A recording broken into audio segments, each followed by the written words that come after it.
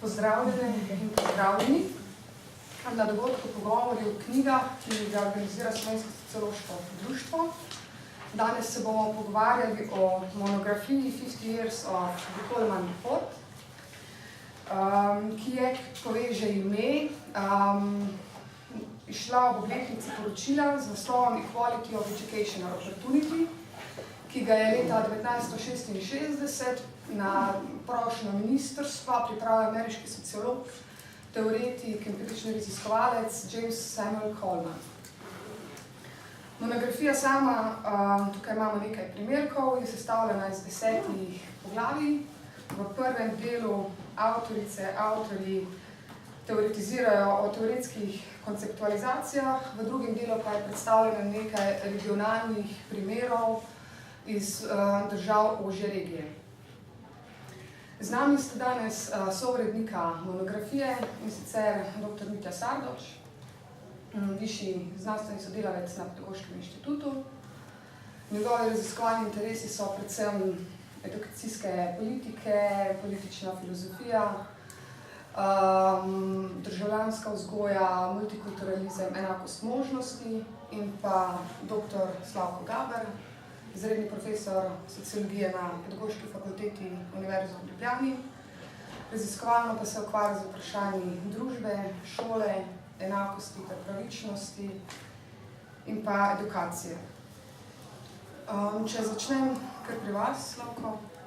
Monografija je šla na Pedagoški fakulteti kot prva od monografij v zbirki CEPS Journal in predstavlja vsebinsko in številčno nadgradnjo tematske številke iz leta 2016.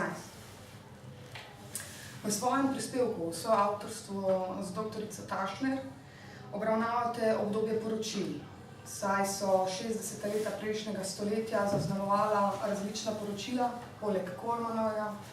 Je bilo to še različno proučevanje družbenih neenakosti v Franciji in pa Lady Plowden poročilo. Vsa ta poročila nekako nastajajo v tem času vere v moč edukacije, ki omogoča prehode med družbenimi razredi. Prosim vas, če bi lahko za izhodišče na kratko predstavili ključne ugotovitve Colemanove poročila in kako je vplivalo na polje edukacije, kakšne so bile implikacije. Namreč samo poročilo je bilo pomembno tudi za sociologijo. Ja, hvala, Leja. Zdaj, če dovolite, bi jaz to priložnost izkoristil tudi za to, da se pravzaprav zahvalim fakulteti, da omogoča, tem, ko omogoča, da funkcionira revija CEPS, da omogoča tudi nadgradnjo v obliki monografij. Nekako smo si dovolili predlagati, da bi poskušali močnejše številke, dodatno okrepljene z avtoricami in avtorji, ki ne uspejo, seveda pripraviti na primer tekstov do tistega roka, ko številka mora iziti in tu prav velike milosti ni, ali pa preprosto potrebujejo še nekaj več časa, da svoj prispevek pripravijo, da bi tako si privoščili, načrtujemo celo skupaj še s kakšno drugo fakulteto iz različnih delov Evrope, izdajati tudi monografije. Pri tem izkoriščamo dejstvo, ki sicer ni prav posebej v ponos prostoru, v katerem živimo, da mi tako ali tako moramo izdajati stvari v tujem jeziku, bolj ali manj samo, vse drugo je bolj ali manj nepomembno in irelevantno. In ker so torej teksti že pripravljeni, ker je večji del stroška že pokrit in ker tudi teksti, ki prihajajo iz tujine, so tako ali tako torej v tem jeziku, potem moramo nekaj dodati za to, da se lekture opravijo, da je angleščina takšna, kot domnevno mora biti. In na ta način pričakujem, da bo počasi ta zbirka, ki se sedaj s to knjigo začenja, rastla. Računam tudi na to, da bo fakulteta stala za njo, ne vem pa, če smem računati, da bo Jak verjel, oziroma da bo finančno sposoben ponovno financirati tudi kaj resnega. Mi smo za knjigo, ki jo pripravljamo, ker seveda se držimo gesla, da če ne objavljaš, propadaš, ali kako pač že propadeš, je lepša verjetno izvedba tega istega. Mi pripravljamo prevod dela Mary Douglas, kako mislijo institucije. Dobili smo nekaj manj kot 1400 evrov za to, da izdamo to knjigo. Kdor je kdajkoli videl knjigo od blizu, tudi tako, kako se jo izda, mu je jasno, o čem govorim. To je verjetno pod mejo sramotnega, to financiranje, zato si ne upam reči, da bomo dobili od njih denar. Zdaj, kar zadeva poročilo, je pa, tako kot je Leja že omenila, padlo v neko povsem določeno obdobje. V tisto obdobje, za katerim nam je sedaj žal, da je mimo, upam pa, da ne bomo kdaj jokali, ker neka poročila, jaz sem pogledal nekaj več tega. Išlo je poročilo o neenakosti, ki nosi že leto, to naše leto, nased Tomas Piketty je med soavtorji tega poročila. Kažejo nam, opozarjajo pa poročilo na to, da tako noro brzimo zopet v čase take stopnje neenakosti, v katerih so se porodili stalinizem, nacizem, fašizem in 2 svetovni vojni. Nek petorček, ki si ga verjetno nihče od nas v novi obliki, kakorkoli se ji bo pač že rekel, ne želi. Druga svetovna vojna je bila tako veliko opozorilo, da so še tekom vojne, na primer v Angliji, tuhtali, kako urediti družbo po vojni, da se kaj takega ne bi več zgodilo. Tudi zaradi tega, ker so seveda mislili vzporedno nacizem, ki jih je ogrožal Beveridge, Keynes, ta razmišljanja gredo vsa v tisto smer, ki pripravljajo teren za razmisleke o enakosti in edukaciji, pomenu edukacije in o tem, kaj lahko prispeva za to, da bi družbe šle bolj smiselno naprej.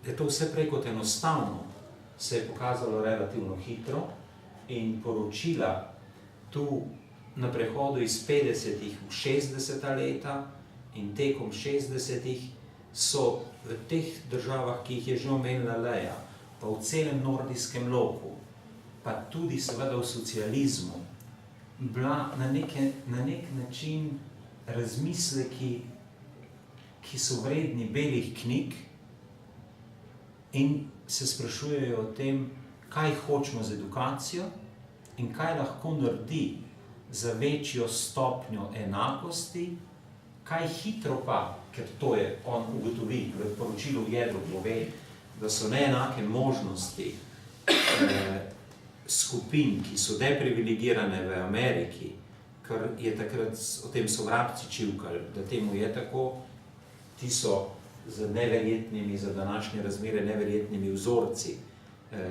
populacije, ki so zares smerili, stotine tisočev so bile zares vključene v raziskavo, pokazali empirično, kaj takega so redko kdaj še ponavljali. V zgodovini sociologije ti so pokazali, da so pogoji, ki onemogočajo posebej ljudem, ki niso bili belega izvora v Ameriki, da bi se normalno podali na poti sobivanja v tej ameriški družbi. Iz tega je išlo nekaj iniciativ, ki so merile na desegregacijo po eni strani, na zagotavljanje pogojev za to, da bi v šolah, ne vem, z boljšimi učitelji, pokazalo se je to, kar je seveda znano tudi iz drugih študij, da bolj ko je šola na obrobju, bolj ko je šibka, več ko bi potrebovala dobrega kadra, manj ga manj. Je neka zakonitost, ki je v sociologiji vzgoje bolj ali manj znana. To so poskušali pravzaprav z ukrepi okrog po svetu reševati. Pojavljal se je cel kup vprašanj, kako se naj te reči streže. Eno od njih je, vi ste omenili, tekst, ki sva ga midva pisala z kolegico Tašner. Eno od načinov reševanj je bil socializem. Midva ugotavljava na osnovi študij, ki so bile takrat delane in tega, kar sva si midva lahko prvoščila pregledati, da je socializem s tem, ko je šel v ekstremno enostavno enakost, zadušil potencijale pravičnosti v sistemu edukacije in tega se kaže zavedati. To je šlo tako daleč, da smo mi, ne vem, pokusili en del možnosti ljudi za to, da se normalno izobrazijo in normalno uveljavljajo v svetu z napravo, ki se je reklo usmerjeno izobraževanje. Ta je imela, naj namenoma spomnim, zadaj idejo, da je treba priličiti šolo podjetju. Ja? Če komu še pade na da je to treba narediti, bi bilo dobro, da se spomne, kaj se je že enkrat zgodilo. Pokazalo se je, da je Colemanovo poročilo, ki je začelo tematizirati vprašanje enakosti v edukaciji precej temeljito, odprlo kup področji za razpravo. Temu so sledile, ne vem, knjige, v mojih očeh najknjiga na tem področju je še vedno reprodukcija, ki sta je napisala Bourdieu pa Passeron. Leta 70 se mi zdi, da je to izšlo, torej nekaj let zatem. Vse te so pokazale, da vprašanja šole, šolskih politik ni mogoče rešiti samo po liniji enakosti, ampak se je uveljavila nova konceptualizacija, linija razmišljanja o pravičnosti. Kaj je pravično? A je lahko, kot si je drzno tematizirati Rawls, neenakost tudi v kakšni točki pravična? Njegov fascinantni odgovor v Sloveniji ne posebej dobro razumljen je, da ja, ampak seveda je treba vedeti kako. Tako da to vse je sprožil. To je tako velika študija, da danes nimate prav nikogar, ki se ukvarja z vprašanji enakosti in pravičnosti, ki bi si upal obiti to. Pa ne samo na tistem področju, kamor se je poročilo samo usmerilo, kjer je šlo v veliki meri za naročilo oblasti ameriških, da je treba se spraviti stran od sramotne desegregacije, ja? Ampak odprla so se vsa druga polja, na katerih se kaže, da smo daleč od vzpostavitve sistemov, ki bi jim lahko rekli pravični in tu nekam se je zapičil in pognal ogromno razmislekov. Hvala. Mitja, samo poročilo Coleman je samo prineslo na nek način tudi redefinicijo koncepta enakosti možnosti. Avtorja Zdenko in Ingrid Kodelja pišeta o teoretizacijah koncepta in o tem, da naj bi Coleman v bistvu opustil do takrat prevladujoče dojemanje ali pojmovanje enakosti izobraževalnih možnosti kot enakosti izhodišč in ga nadomestil s pojmovanjem kot enakosti izobraževalnih rezultatov. Kako bi na kratko pojasnil, kako je samo to poročilo vplivalo na to konceptualizacijo, se pravi enakih možnosti, enakost možnosti, enakosti izobraževalnih rezultatov. Sprožijo se tudi različne teoretizacije, kritike. Ja, torej, Colemanovo poročilo na nek način danes živimo v senci tega poročila, tako metodološko kot vsebinsko. To se pravi, raziskava enakih možnosti, ki je bila narejena, Jamesa Colemana, je pravzaprav, mislim, da določila smer in način, kako danes razmišljamo o katerikoli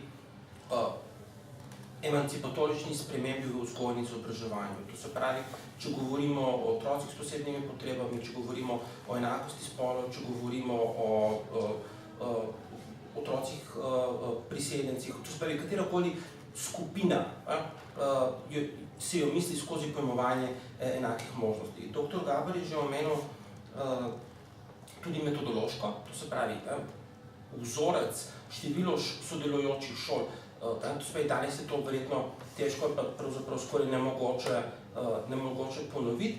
Druga zadeva, ki je pa po mojem bolj zanimiva, in to si ti zdaj izpostavlja, je pa sam koncept enakih možnosti, kako to zadevo misliti in razumeti. Jaz bi mogoče zdaj na samem začetku postavil neko tako tezo, a so enake možnosti neka dilema, ki pa jaz mislim, da je lažna. So enake možnosti papirnati tiger, da so trojanski konj. To se pravi, zakaj pravzaprav gre. Če pogledamo danes, z konceptom enakih možnosti operirajo tudi tisti, proti katerim se ljudje, avtorji, kot so Piketty in ostali, angažirajo, to se pravi proti ideologiji neoliberalizma. Enake možnosti zagovarjajo tudi tisti, ki gredo v neko radikalno pojmovanje neenakosti in družbe. Tako da tukaj se postavi vprašanje, a so enake možnosti lahko trojanski konj. To se pravi nekaj drugega, za kar se predstavljajo. Hkrati, če si sposodimo pri kritiki usmerjenega izobraževanja, naslovljene knjige o šolski reformi, papirnati tiger, je druga zadeva tukaj, ali so hkrati enake možnosti ob naraščajoči neenakosti papirnati tiger. To se pravi, da pravzaprav so samo na papirju nekaj in v resnici ne gre za nekaj emancipatoričnega. Jaz bi rekel, da gre za neko lažno dilemo, predvsem zaradi tega, ker je koncept enakih možnosti pravzaprav po moje v samem bistvu nek hibrid. Prej je bilo omenjeno, to se pravi enakost in plačevanje cene, zagotavljanje enakosti z nekimi drugimi neenakostmi. Enake možnosti po moje najbolje misliti kot neko hibridno idejo, dveh nekih večjih idej francoske revolucije, to se pravi enakosti in svobode. To se pravi, da moramo, če želimo enake možnosti, misliti vse svoje kompleksnosti in nenazadnje tudi protislovnosti razumeti v tem triku, to se pravi med tema dvema velikima idejama, to se pravi idejo svobode in idejo enakosti. In nenazadnje mislim, da tudi Rawls, ko je pisal o enakih možnosti, rekel, da se lahko, da so te skrajnosti zagotavljanja enakih možnosti, tako neoliberalne ideje, pridemo v nek socialni darwinizem, kot nek skrajni egalitarizem, karkoli naj bi to bil, pride potem do ukinitve družine. To se pravi, pridemo s tema dvema skrajnostima. Tako da tukaj, ko govorimo o enakih možnosti, je pravzaprav Coleman za svojim tako metodološkim kot vsebinskim delom pravzaprav vzpostavil neko platformo, iz katere mislim, da še danes, ko mislimo o ideji enakih možnostih, ko mislimo o raznih reformah na področju vzgoje in izobraževanja, ko mislimo o določenih spremembah, je pravzaprav to miselni okvir, ki ga danes imamo. In vprašanja, ki se zastavijo ob enakih možnostih, je ravno zaradi tega, po mojem smiselno postaviti nekatera osnovna vprašanja, oziroma vsaj dve vprašanji ste tukaj ključni. To se pravi, tako kot pri enakosti, je Amartya Sen, ta dobitnik za Nobelovo nagrado, pri pojmovanju neenakosti rekel, da sta pravzaprav dve vprašanji. Zakaj, oziroma pri enakosti, zakaj je enakost in enakost česa? Pri enakih možnostih gre hkrati ob vsem tem, ob tej knjigi in ob gori sekundarne literature, ki jo je Colemanovo poročilo pravzaprav sprožilo za dve, upal bi si trditi, vsaj na videz, preprosti vprašanji. In sicer prvo vprašanje je, kaj je priložnost, in drugo vprašanje je, kdaj so priložnosti posameznikov enake. Torej, katerokoli vprašanje, ki se pojavi pri konceptu enakih možnostih, ga lahko razrešimo z tema dvema, poskušamo razrešiti s tema dvema bolj osnovnima vprašanjima. Tako da tukaj imamo, kajti nenazadnje, ko govorimo o zagotavljanju enakih možnostih za neko deprivilegirano in pa marginalizirano skupino, pravzaprav vprašanje, kakšen je ta, če govorimo o primanjkljaju, kako to zadevo potem kompenzirati in tako naprej. Tako da tukaj je pravzaprav vse to Colemanovo poročilo na nek način odpre in po 50 letih je zadeva še vedno precej kompleksna. Hkrati pa tudi je to eno od bojnih pol. Ravno ideologija neoliberalizma prinese sabo idejo odgovornosti. In ideja odgovornosti je nenazadnje tudi povezana s samim pojmom enakih možnosti. To se pravi, da ni več tisto ozadje, tisto, kar nate vpliva, kot je recimo rasa, veroizpoved, spol, posebne potrebe in tako naprej. Ampak naj bi bil posameznik tisti, ki naj bi mu šola kot taka zagotovila neke enake možnosti, pa neutralizirala prikrajšanosti ali pa to prtljago, s katero vstopiš skozi vrata. Pravzaprav vidimo, da so danes enake možnosti pravzaprav bojno polje tega, o čemer je tudi dr. Gaber spregovoril, tako da tako zelo nakratko. V samem prispevku pišeš tudi o kritikah koncepta enakih možnosti. Da še to nakratko. Kritika enake možnosti je precej, tako da tisti tako prijateljskih, kjer pravijo, enake možnosti bomo uresničili, kjer bomo na nek način zagotovili ta kompenzacijska razsežnost. To se pravi, da smo do zdaj premalo naredili, pa moramo še. Do tistih popolnoma, recimo, neoliberalizem, ki stoji na stališču, pravzaprav, da vse, kar je onkraj nediskriminiranja, pravzaprav, da pomeni poseganje posameznikov v svobodo. Če bomo zagotovili neke kompenzacijske mehanizme in za to porabili nekaj iz tega, kar država vzame skozi davke in tako naprej, da s tem posegamo v posameznikov svobodo. To se pravi, ko danes govorimo o enakih možnosti, se moramo prva stvar, ki se moramo vprašati, je o kakšnem, kdo govori o enakih možnostih. Kajti enake možnosti so, tako kot sem rekel, pravzaprav, in zaradi tega je dobro, po mojem, misliti skozi ta pojem hibridnosti, med tema dvema idejama enakosti in svobode, in enake možnosti so nenazadnje bile kritizirane tudi z tega, zakaj bi porabili vsa sredstva za izenačevanje nekih položajev, zakaj ne bi tega namenili za tiste, ki so najboljši, pa najuspešnejši. To je na nek način ideja, kritika neučinkovitosti, da je sam koncept enakih možnosti in način izenačevanja začetnih položajev pravzaprav, po domače povedano, stran vržen denar. Tudi recimo, to je ena od kritik. Druga od kritik je pravzaprav to, da je poseganje v sam proces konkuriranja za selektivne družbene položaje. Torej, šolanje kot proces konkuriranja, da s tem, ko zagotavljamo nekaj za to, da izenačimo, pravzaprav na nek način že omejujemo posameznikovo svobodo in tako naprej. Tako da kritika enakih možnosti je veliko, čeprav, če bi vprašali kogarkoli tukaj med nami, pa verjetno tudi kjerkoli drugje, je na nek način ideja enakih možnosti pravzaprav nekako paradoksalna. Nihče ni proti. Zelo težko bi našli nekoga, da bi rekli, tako kot recimo pri toleranci ali pa pri patriotizmu. Vprašamo nekoga za patriotizem, bo liberalni del stroke ali pa javnosti rekel ne. Enako je za toleranco. Nek drugi, bolj konzervativni pol bo rekel, da je toleranca pravzaprav kriva za vse to. Recimo za nasilje in tako naprej. Da smo bili preveč popustljivi. Pri enakih možnostih tega nimamo. Pri enakih možnostih smo pravzaprav načeloma vsi za. Se pa zadeva potem zaplete na celem kupu drugih.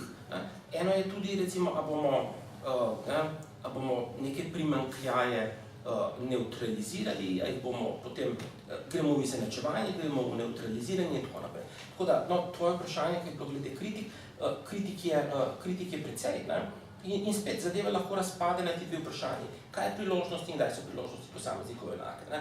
V kaj so torej usmerjeni kritiki? Če se zdaj premaknemo konkretnim primerom uporabe konceptualizacije enakih možnosti, enakost možnosti, vi ste že prej omenjali socialistične čase oziroma socializem, namreč tako v kapitalističnih kot v socialističnih državah je bila ideja o izobraževanju vse za vse, nek osrednji del vseh edukacijskih reform. Bolj konkretno me zanima to, kar ste se že prej dotaknili. Kako so ideje o izobraževanju za vse aplicirali pri nas v času Jugoslavije?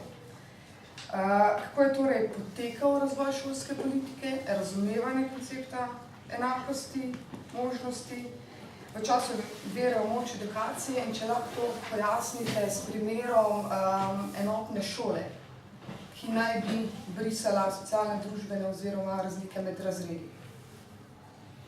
Vprašanje pravzaprav enem, ampak lahko poskusim vsaj deloma kaj reči na to temo.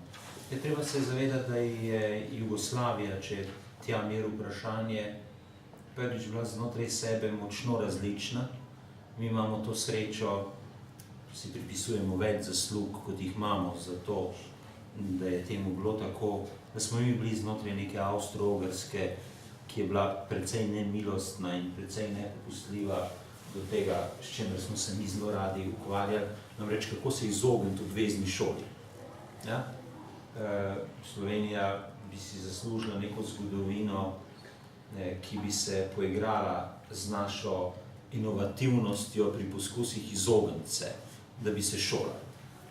Mi smo si pravzaprav skoraj želeli ostati nevedni v precejšnjem delu tega prostora. Bili smo pa bolje, pomembno bolje pozicionirani, ko je bilo konec druge vojne, pri izobrazbi populacije kot večina tistega, kar je v Jugoslavijo vstopilo. Bili so deli, bili so republike, ki so danes države, kjer je bila nepismenost praktično pravilo. In ko potem greste gledati, naprimer, povezavo med stopnjo razvitosti, ko se končuje ta država in tem, kdaj so začeli z obveznim izobraževanjem, ugotovite izjemno stopno korelacije. Ampak to je za kakšne druge resne študije. Ko pa smo stopili v to, je socializem naredil pomemben korak naprej. Okrog tega se ni kaj prav posebej najverjetneje pogajati, v tem smislu, da je precej zares vzel splošno izobraževanje, da so se odprla vrata tudi na srednješolskih ravneh za večjo vključitev. Če hočete, če primerjate to, kaj je delal de Gaulle tam v koncem 50-ih v Franciji, s tem, kar so delale oblasti tukaj, z uvajanjem obvezne skupne šole, ne vidite velikih razlik po kar zadeva inkluzivnost. Vključevanje je bilo geslo tam in je bilo geslo tukaj. Mi smo naredili to napako, da smo verjeli pretirano v to, da je mogoče neenakosti v družbi odpraviti z tem, da to razrešiš na točki izobraževanja. Kaj so kazali vsi, začeli so takrat populacije spremljati in rezultati so bili več bolj enoznačni. Nič novega za tiste, ki se ukvarjamo s sociologijo, vzgoje, ampak takrat je bilo šokantno. Naprimer, oni grejo leta 1958 v skupno osnovno šolo, obvezno za vse, in verjamejo, da s tem, ko jo naredijo za vse enako, bodo dosegli to, da bodo prišli, ne glede na to, čigavi so ti otroci, to pomeni, odkot prihajajo po socialnem ozadju, približno enaki ven. Rezultati pokažejo, da Bog pomagaj, tisti, ki prihajajo iz populacije srednjega razreda, rečeno enostavno ali pa višje, pridejo z boljšo izobrazbo. In to jih je delalo zelo nervozne. In tu, ko so to opazili, prav, ne vem, Šmid, Strmčnik, ti naši, ki so se s tem ukvarjali davno nazaj, naredijo ključno napako. Raziskave, ki jih je delal Strmčnik v 60-ih letih, so pokazale, da so tako velike razlike, kot so se pokazale med šolami, med rezultati otrok, ki prihajajo iz revnejših okolij in tistimi, ki prihajajo iz, ne vem, tega sedeža buržoaznega, ne vem kaj, ostankov buržoazije, tule iz tega kotla, kjer mi sedimo danes, povezane s tem, kakšni so pogoji predvsem. zato prvič, da otroci grejo v šolo. Tudi takrat je bilo izogibanja kar nekaj in več ga je bilo tam, kjer bi rabili šolo bolj. Ja? Da ni bilo temeljnih pogojev, sploh ni bilo zadosti prostora, da bi vse te otroke normalno spravili v prostore. Učbenikov ni bilo, ja? Učiteljnov ni bilo, pomanjkanje učiteljnov je bilo kronično. Ja? Namesto, da bi prav Strmčnik to porihtali, so šli podaljševati skupno šolanje. In ko se je pokazalo, da je to vse skupaj blazno problematično, so na koncu šli tako daleč, da so ukinjali gimnazije po državi, ker je to bilo identificirano kot leglo te buržoazne miselnosti, upiranja proti socializmu in ne vem česa vse še ne, če ne bi bilo tragično, izpade jako komično, ko berete tekste, v katerih so to pisali. Bili so velemojstri v enem delu iz enega od beograjskih inštitutov, ki so se s tem ukvarjali. Seveda, med drugim je bilo kaj takih tudi tu, v tej državi. Ampak ta država, zdajšnja država, takratna republika, je imela to srečo, da je bila moč odpora enačenju, temu bazičnemu, enostavnemu enačenju. Vsi smo mi, ker je krik ne tako dolgo nazaj bil slovenskega prostora. Deloma je del racionalnosti tega prostora tudi danes, ki so videli v tem pretiravanje, moč tistih je bila zadostna, da so pogruntali trik, kako se izogneš, kako preveslaš z gimnazijo on stran prepovedi te gimnazije. Ti ljudje so še živi. Midva s kolegico sva opravila nek daljši intervju, ki ga še nisva objavila, z Zdenkom Medvešem, ki je bil del te operacije barabinske, po moje socialne inovacije, antirepresivne, ki je z izjemno inteligentnim trikom preimenovanja programov in ohranitvijo jedra gimnazijskih programov, s tem, da so jim rekli družboslovno-jezikovna gimnazija, naravoslovno ne vem kaka in tako naprej. Ne vem, katere gimnazije vse si niso zmislili, so obdržali jedro gimnazij na Slovenskem. Slovenija je bila pri tem najbolj predrzna, nekaj težav so imele tudi takratne socialistične oblasti zaradi tega, ampak so preživeli.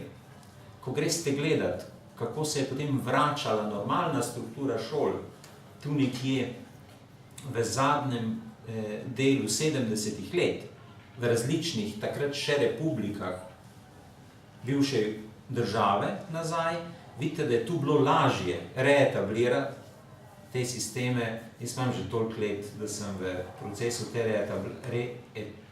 tega reetabliranja že bil ne na nekih silnih, čudnih mestih, ampak član strokovnega sveta, takratne še socialistične republike Slovenije, kot predstavnik Zveze socialistične mladine. In sem od blizu gledal, kako teče operacija vračanja nazaj gimnazijskih programov in relativne normalizacije spektra šol. Ko sem kasneje raziskoval, to se je pokazalo, da nas je ta operacija stala desetine tisočev diplom, ker je pri nas bilo sramotno, da je nekdo imel aspiracije iti naprej. Teza je bila, kam bomo z vsemi temi šolanjimi.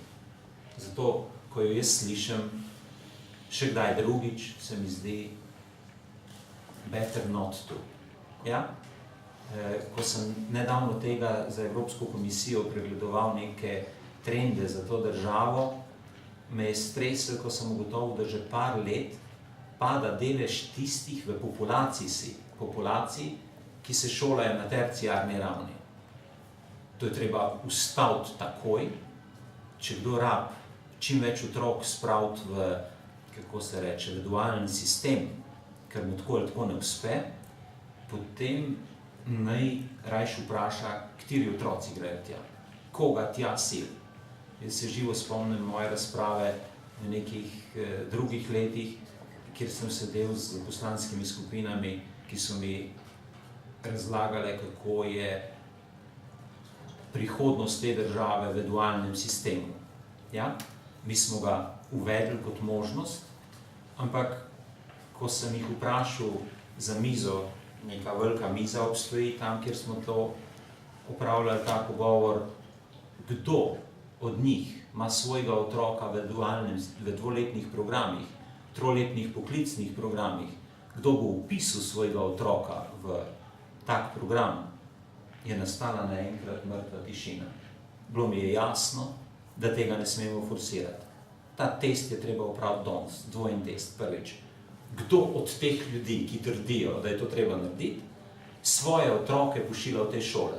In drug test, ki ga je pač mirno treba ponuditi obrtni zbornici in gospodarski, koliko sta pripravljeni sofinancirati tega.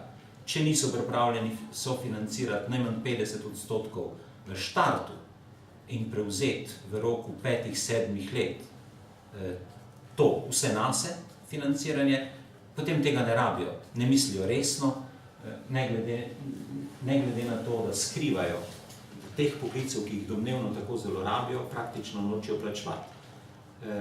Tu nekje so dileme, ki so bile takrat tu, in jaz imam občutek, takrat se je poslavljal socializem na robu te cele zgodbe.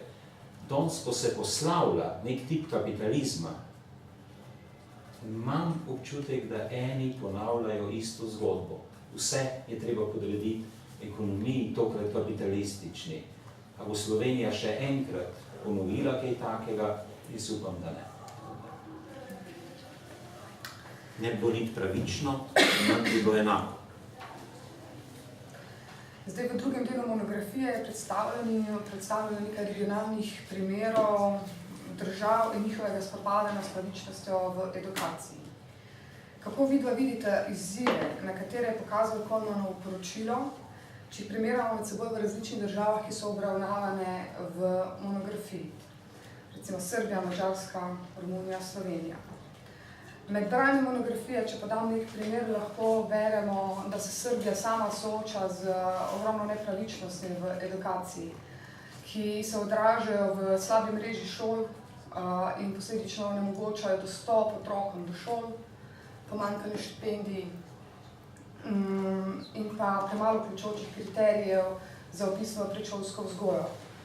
Kako torej ocenjujete glavne izzive in probleme v edukaciji in povezavi z dediščino Kollmanovega poročila, s katerimi se soočamo v državah v tej ožji regiji? Jaz bi zelo kratko tukaj pokomentiral in dodal, da ravno tukaj je ena od dediščin Kollmanovega poročila. Ravno v tem, da ponovno premislimo, kaj so enake možnosti in kako jih uresničujemo. To se pravi, enake možnosti izključeno kot nediskriminacija, pravzaprav kot taka, to, kar je neoliberalni model enakih možnosti je pravzaprav nezadosten.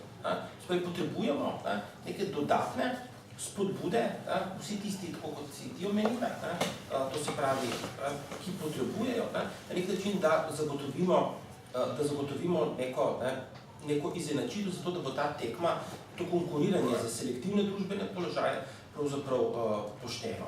Jaz bi toliko povedal o tem, bi pa eno drugo zadevo odprl pri razpravi o enakih možnostih, pravzaprav to, da zadeva nima samo nekih teoretičnih implikacij, ampak zadeva je dosti bolj praktična, kot si kdorkoli od nas lahko predstavlja pa misli. To se pravi, leta 2013 je v inauguracijskem govoru, drugem inauguracijskem govoru, Barack Obama, takrat 20. januarja 2013 je to bilo, rekel, da so enake možnosti ključ do uresničitve ameriških sanj. To se pravi, če gledamo danes popularno kulturo, to se pravi, ko govorimo o enakih možnostih, torej ne rabimo govoriti samo o šolah, ne rabimo govoriti samo o reformah, ne rabimo govoriti samo o visoki teoriji in o konceptih, tudi v tako vsakdanjih stvareh, in ravno tukaj se skriva ta moč ideje enakih možnosti. Katerikoli produkt, ki pride z druge strani Atlantika in nenazadnje tudi tukaj, je pravzaprav na nek način povezan z idejo enakih možnosti. To, da posamezniku lahko uspe da ti bo skozi izobraževanje, skozi trud pravzaprav uspelo, da si ti tisti, ki in to breme potem pravzaprav prenese na posameznika. To se pravi, da se na nek način družba tukaj razbremeni in je posameznik odgovoren za to, koliko bo uspešen. Tako da tukaj vidimo, da je to, kar je takrat ta politična retorika, pravzaprav prinese s sabo, prinese tudi to. To se pravi, razumevanje ameriških sanj možno samo skozi nek fenomen popularne kulture, možnost razumeti samo, bolje razumeti s pomočjo ideje enakih možnosti. Tako da tukaj je ena od ta dediščina Kolomenovega poročila tudi v tem, tako da to je bil kratek skok stran od tega, ampak ravno to se pravi je, Kolomenovo poročilo pomembno tudi zato, da lahko vedno znova premislimo, ali so pogoji, pod katerimi se učenci izobražujejo in pravzaprav pošteni in tako naprej. Dobro, zdaj preden bomo razpravo odprli za publiko, še zadnje vprašanje, ki pa gre širše od poročila, ki ga obravnava monografija. In sicer Kolomenovo zadnje poročilo je šlo leta 1980 na temo zasebnih in javnih šol. Ugotovitve, da so učenke in učenci akademsko uspešnejši v zasebnih šolah, je Coleman v bistvu interpretiral na način, da govori o prid finančni podpori zasebnim šolam, čeprav bi lahko te podatke interpretiral drugače. Ali bi lahko ocenila, glede na to, da imamo zdaj pri nas zakonom predpisano financiranje zasebnega šolstva, ali smo se in se lahko iz Colemenovega mestoma spornega poročila, kaj naučimo za našo izkušnjo z zasebnim in javnim šolstvom, z razpravami v tem področju. To namreč odpira vrsto vprašanj, med njimi tudi enake možnosti. Jaz bi eno zadevo tukaj povedal, veliko tega drugega, Kolomenova dediščina, ne samo Kolomenova poročilo njegova, on se pravzaprav ukvarja s celim kupom stvari, tudi socialnim kapitalom, tudi zasebnim šolstvom, in to, kar si ti omenila, njegovo zadnje, eno od zadnjih del, protislovno, njegovo delo protislovno od samega začetka.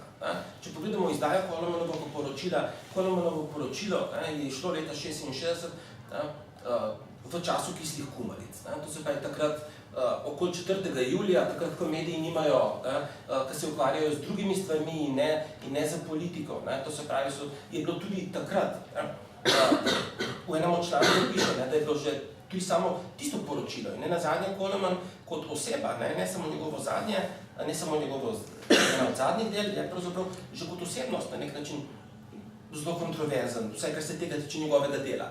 Vsaj dvakrat so ga bojda skušali, če se ne motim, neuspešno vršiti iz ameriškega združenja sociologov, nazadnje potem je postal predsednik tega in tako naprej. Skratka, tukaj vidimo, da je Colemanova dediščina, njegova senca zelo dolga na različnih področjih. Tako da na nek način tukaj pogledati, kje vse je njegovo delo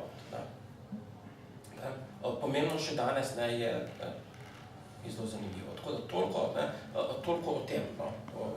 Kar se pa tiče razprav z zasebnem šolstvom, pa dr. Gaber, po moje, zagotovo imel bolj izdelano stališče kot jaz. In publika tudi.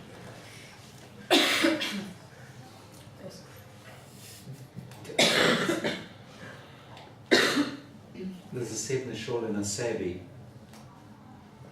ne prinesejo ničesar boljšega, če seveda enako vlagaš v javno in v zasebno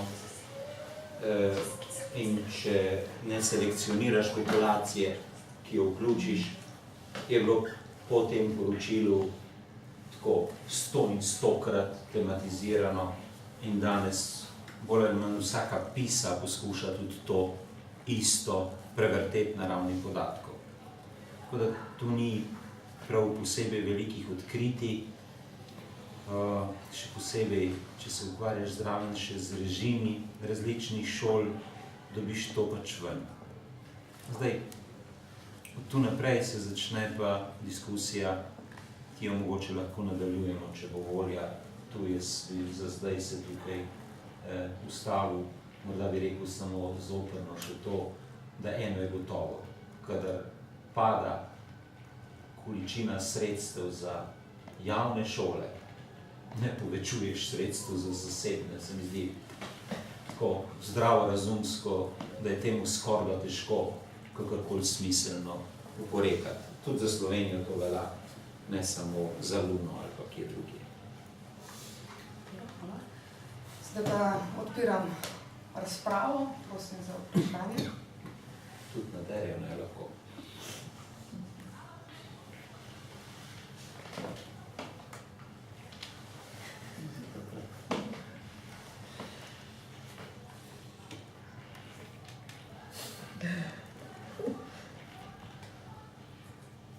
Se bom kdo upokojil? Gumila. Jaz se bom upogumil, ali pa upogumila, ne vem še. Ne, se imam čisto banalno vprašanje, ampak ki pa me seveda zanima ocena obeh, ki sta bila danes uvodničarji ali pa razpravljalci. Kaj je zdaj v Sloveniji z konceptom enakih možnosti oziroma kam gremo, v katero smer? Zdaj, predpostavljam, da gremo seveda proti neenakosti, da se ta stopnjuje, obstajajo neke sekundarne opozorila, kako se nam povečuje v posameznih delih države ali pa pri posameznih ravneh prebivalstva. Ampak zdaj, ali imamo mi kakšne resne, bom rekel, analize, ki bi lahko ki bi bile lahko temelj za to, da bi iz tega potegnili kakšno politiko?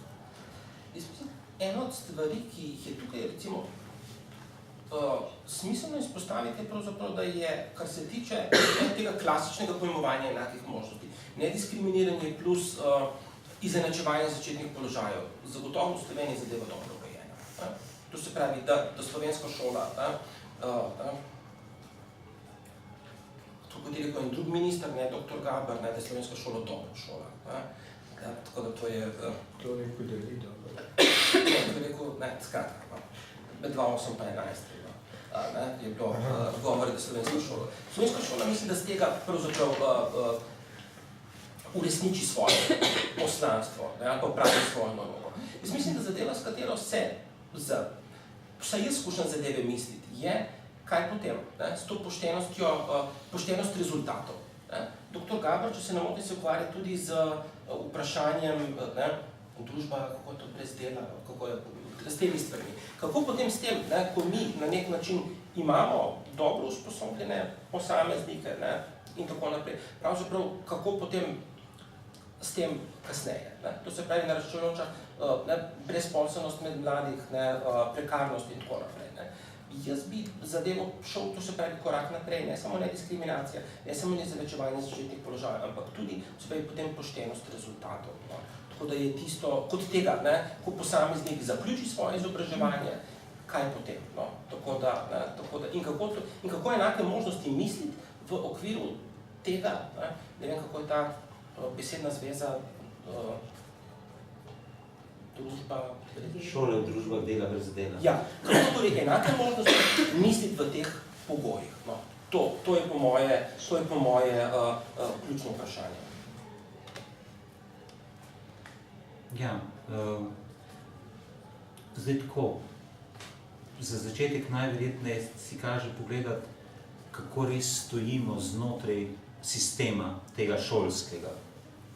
Tu imamo, kot naprimer Andreja dobro ve verjetno, in študije tiste mednarodne, v katere smo vključeni, in to bolj ali manj vedno znova potrdijo, nekaj napredka, ne samo na ravni tega občega dosežka, kar je dober znak in pritrjuje temu, kar prav Mitja,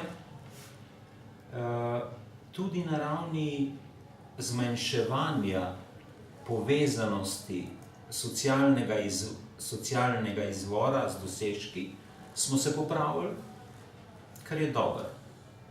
A imamo še prostor? Opa, seveda, imamo ga. Jaz celo vidim v teh študijah neki kategoriji, ki očitno izstopajo. Ponavadi se celo študentarijo pogovarjamo, da so 3. Eno je seveda ta preprosti SES, kjer je stopnja verjetnosti, da se boste našli z dobro diplomo na koncu, če prihajate iz nižjega delavskega razreda, ki ga v Sloveniji tudi imamo, čeprav vem, da je. Ampak to je domnevno neko srečanje enega dela sociološke srednje, tu se o tem sme govoriti enostavno in direktno, je bistveno manjša, kot če prihajate iz krogov družin, katerih deli tukaj sedijo. Ja? To je treba pociljati, posebej na ravni predšolske vzgoje, po moje. Ne vem, če so zdaj uspeli kaj nastaviti od tistega, česar mi ob neki skrbi za neko relativno splošno dvigovanje nekih ravni, priznam, da nismo uspeli, pa smo tam imeli celo tako vrhunsko ljudi z občutkom za to predšolsko vzgojo, kot je bila kolegica Ljubica Marjanovič, Umek. To nam ne funkcionira. Mi ne upotegnemo tistih kategorij, ki so, kar SES zadeva, zelo šibke. Ko se ta SES skombinira še z etnično pripadnostjo, dobimo naslednje izjemno občutljivo področje, kjer celo institucija a la OECD opaz, da nam ne funkcionira ta prehod v visoko šolstvo. Ja? Jaz moram priznati, ker Brane, en del vašega vprašanja je šlo v to smer, čeprav razumem, pa imamo resne študije na to temo narejene, da bi jaz vedel ne. Ja? To, kar jaz govorim, je pravzaprav vlečenje iz podatkov, ki so mednarodne študije, kjer tudi mi participiramo. A je slovenska sociologija prvič imela možnost, da to naredi tako, kot se spodob, je eno vprašanje in drugič, ni dvoma, da ni opravila. Ja? Teh študij ni. Jaz se bojim, da če bi naredili študijo, odkot so ti odstotki, ki jih je zdaj manj upisanih, kot so že bili v deležih, upam staviti, bolj ali manj kar hočete, da so nesorazmerno izpadli tisti iz šibkejših okolij. Eden od najnih kolegov, dr. Poljanšek, je delal doktorat na to temo, kjer je to naprej in nazaj dokazano, da to, kar pravi še eden od teh velikih sociologov, Budon, pač drži. Kdo najprej svojih otrok ne vpiše tja, kjer je neka prestižnost na delu, to niso univerzitetni profesori, uradništvo in tako naprej, zdravništvo in kar je še tega, ampak to so tisti, ki se najbolj sprašujejo, a kaže vložiti, a bomo zmogli, a bodo ti dobili službo in kdaj jo bodo dobili. Če govoriš to, kar mi konstantno trobimo, in to z najvišjih mest v tej državi, z najpomembnejših mest v tej državi, da naj se ne vpisujejo previsok, ker je njihova perspektiva v teh službah, v teh poklicih, ki so manj prestižni, potem dobiš rezultat. Tega ne slišiš od rektorja, ne slišijo od rektorja otroc doma. To pa slišijo od teh delavcev otroc doma. In seveda to sliši tudi učiteljstvo, tu se nek cel vlak pele, se bojim. In to je pač slabo. Še huje pa je, če to vzamemo zares, in jaz mislim, zato smo tudi zopet v neki zasedbi skupaj pripravljali kar nekaj časa. Prva verzija je bila celo podprta, moram tudi to reči, strani države dela na tem projektu, pa mislim, da bi kazali to resno nadaljevati, ampak zato bi morali v raziskovalnem delu nameniti kaj več kot žepnino za to vrstne stvari. Mi bi morali resno misliti, kaj se dogaja s prihodom krize delovnih mest, ki je dolgoročna, to, da jo Draghi s tem, da meče desetine milijard vsak mesec okrog po Evropi, evrov, zato da ta ekonomija proba hoditi in ob tem, ko na leto v naravni stotin in stotin milijard denarja odteče prek davčnih utaj v davčne oaze, kam bomo prišli, kako šolo pripraviti na to, da gremo on stran družb polne zaposlitve, for good, jaz mislim, da to ni prav posebej velikih dilem, kako spodbuditi socialne inovacije, s katerimi bomo razmislili, zakaj pripravljati mlado populacijo. Jaz sem včeraj sedel nekje, kjer je bilo govora na temo, a jih pripravljamo na zaposlitve ali jih pripravljamo na življenje. To je jaka dilema, moram reči. Če se ti ne da misliti, je to res velika dilema. Drugače pa, če si ne upamo iti v smer hibridnih ekonomij, razmislekov o tem, kaj bo, ko umetna inteligenca zares odpre vrata tudi v Sloveniji za delovnimi mesti. Ne vem, resne študije, tiste, ki jih mi ne delamo, delajo jih pa na srečo še na Cambridgeu pa na Oxfordu, kažejo za Ameriko, da bo 50% služb zginil.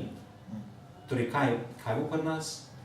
Mi bomo pa zadnje dvorišče nemške industrije, ki je že prestopila v filozofijo industrije 4.0, mi bomo pa za njih delali delavce, ki jih bodo oni malo uporabljali, malo odvrgli, potem pa dali nazaj k nam, da bomo mi poskrbeli za socialno varnost, če bomo imeli iz česa.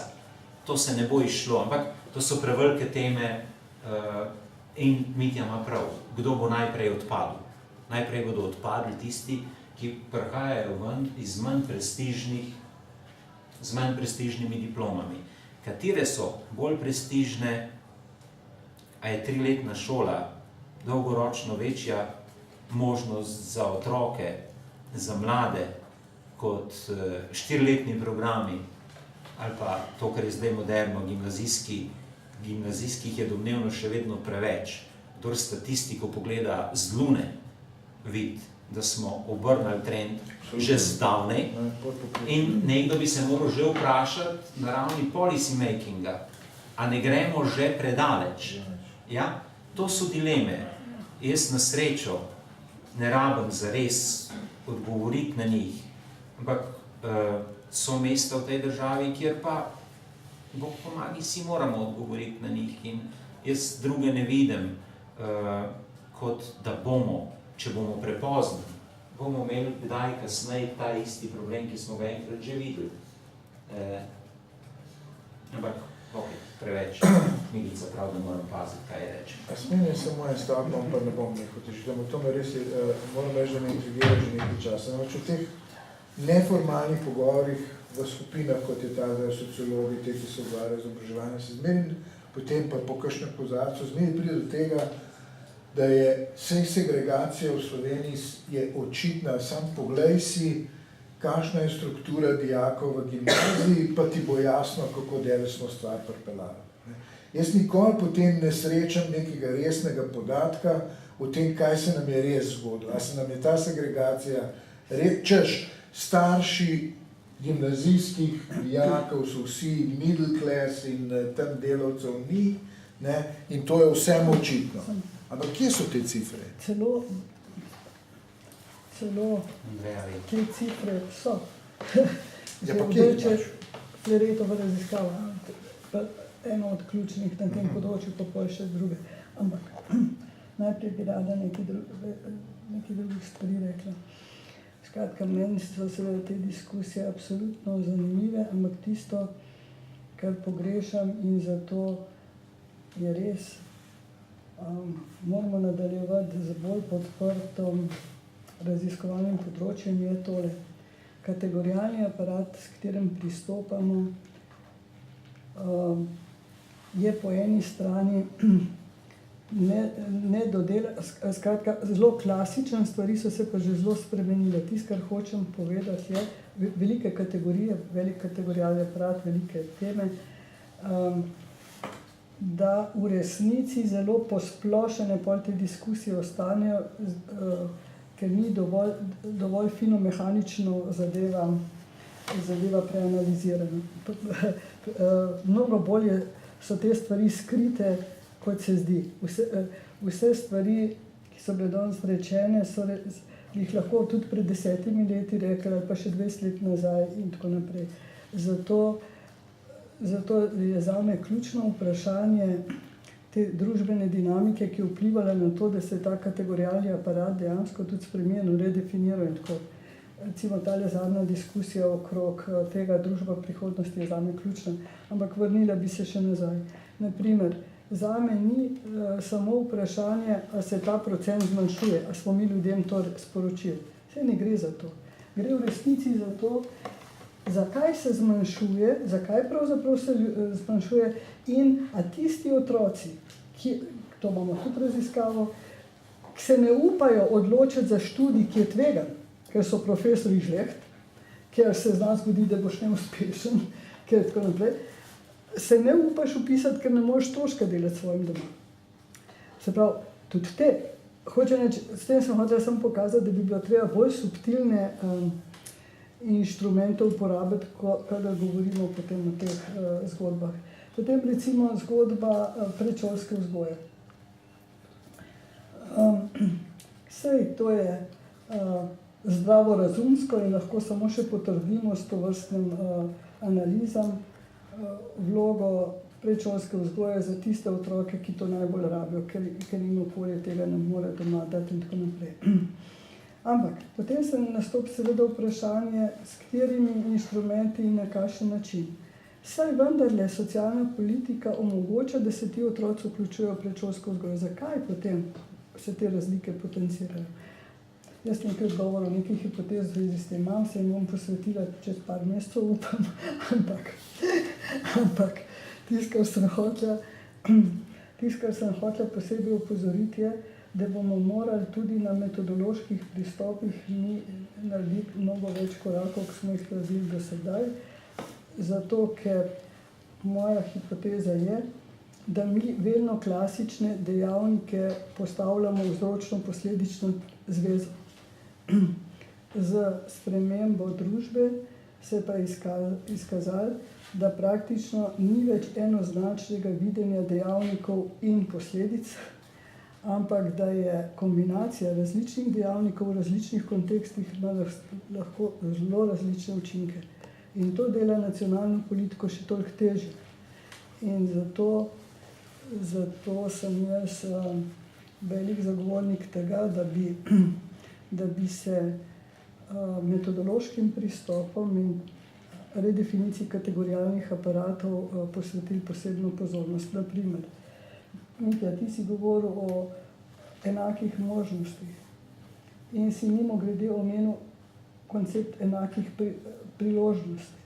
To so zelo pomembne zgodbe, o katerih je treba mnogo več reči, ker sama kategorija enakih možnosti ne pove nič, to je tisto, kar človekove pravice. Tudi Hitler jih je rekel, da jih uresničuje. A veš, hočem reči to. No, skratka, najprej da rečem vse čestitke za to, da knjiga je. Mi pa se večkrat pogovarjava o tem, da smo edukacijo spustili z politične agende. Jaz sem zagovornik tega, da bi se o tem širš pogovarjali, se pravi, vrnili nazaj v političen prostor. Slavko, vsi oblikujejo čas, ko si ti to znal narediti. Ne bi si želela, da bi bilo vsak teden na televiziji, tako kot si ti bil neprestano, ki si se spopadal s tisoč ljudmi, to ne, ampak da pa edukacija ni pomembno politično vprašanje, to je pa tudi grozno. In to zdaj že nekaj let ni. No, tako, evo, skratka, čestitke za tole. Diskusija z nje je zanimiva. Evo. Jaz mislim, ena od stvari, če bi lahko pokomentiral, komentar dr. Vrletova je skratka to. Spet, da ravno tudi konceptualni aparat, da lahko stvari ustrezno mislimo. Ampak povezan tudi s tem, z družbo prihodnosti. Ja, absolutno. Meni se zdi, da se pravi, mi kot družba investiramo tolikšen in tolikšen delež, recimo BDP-ja v izobraževanje, ampak zgodila se nam je umetna inteligenca, kako potem danes in recimo, in kako te stvari mislimo. Ker so oblike, so čist druge, pojavne oblike, način, skozi katerega se to prikazuje, je včasih tako subtilen, da je nezaznan in potem s nekimi klasičnimi metodami. Zaradi tega je moje stališče pač seveda to, jaz sem ga, ker govorimo relativno generalno, če bi delali projekte, bi to pač seveda se moralo drugače manifestirati. Jaz mislim, da potrebujemo socialne inovacije in znotraj njih mislim, da potrebujemo seveda tudi resne razmisleke o mehanizmih, ki primejo. To, kar si ti odprla. Midva sva o tem diskutirala pred pol tisočletja praktično že, s katerimi mehanizmi ti lahko potegneš v sistem predšolske vzgoje otroke, za katere ne mislijo tisti, ki zaposlujejo, pa tudi starši ne, da ne bi jih tja dali. To, da otroci ne mislijo, da mora iti v vrtec, se mi zdi razumljivo. Ja? Ampak, da ti dvoji pa ne mislijo, ja? In kater mehanizem, a ga kdo obvlada, da ga obvladajo kje v Evropi boljš kot mi, da imajo boljše rezultate, to mi vsi vemo. Pa ne gre več za velike odstotke. Tu ne gre tudi ne za denar. Gre za pravzaprav mehanizem, ki bi ga morali iti, pogledati, poskušati postaviti v ta prostor. In ko peljete en del teh politik, pa jaz sem res slabo pozicioniran za to, da o tem karkoli rečem, naprimer, ko jaz vidim, da gre precejšen denar v projektih v smer podjetništva, ja, se strinjam, ampak... Podjetnosti. Ja. Bojim se, da gre v smer podjetništva in da se mukoma peljemo v smer podjetnosti, se sprašujem, posebej, če se tebi zdi, da je pametno misliti prihodnost, a bi morda si mi upali, namesto da delamo zdaj distinkcijo med podjetništvom in podjetnostjo, jaz jo podpiram, celo sem kaj naredil za to, da bi se uveljavila v tem prostoru.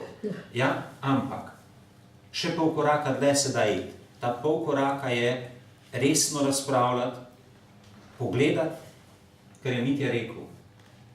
Kaj se dogaja, naprimer, s procesi učenja in umetno inteligenco? Jaz se bojim, da je tu neko morje, ki omogoča kombinirati velike stare koncepte, ala Vigotski, območja bližnjega razvoja in neke čisto nove naprave, nove svetove. A koga porinemo v to, da bi se to šel, to so zamiki, o katerih govoriš, in seveda, a je mogoče pričakovati, da se bo pri tem pokril različna področja zelo zares, z 15 000 evri ali pa 20 000 evri na raziskavi, vsak od nas, ki je kdaj videl raziskavo od blizu ve, kako s tem je. In seveda, za metodološke preboje, konceptualne preboje, nisem še slišal, da so se kakorkoli zgodili na ta način. Tako da tu so odprte dileme, drugače se pa jaz strinjam, seveda imamo kup stvari za premisliti in naloga strok je, da se to grejo, seveda naloga koga druga je, da jih v to porine in povabi. Zdaj, kako se to naredi, tudi v kombinaciji s sindikati, kdaj kaj delamo, kaj poskušamo skupaj misliti, je preveliko vprašanje mogoče za ta trenutek, je pa prav, da se ga odpira. Morda še kakšno vprašanje?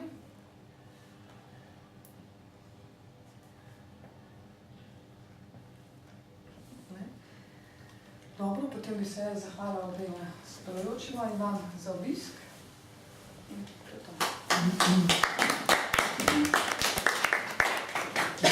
to.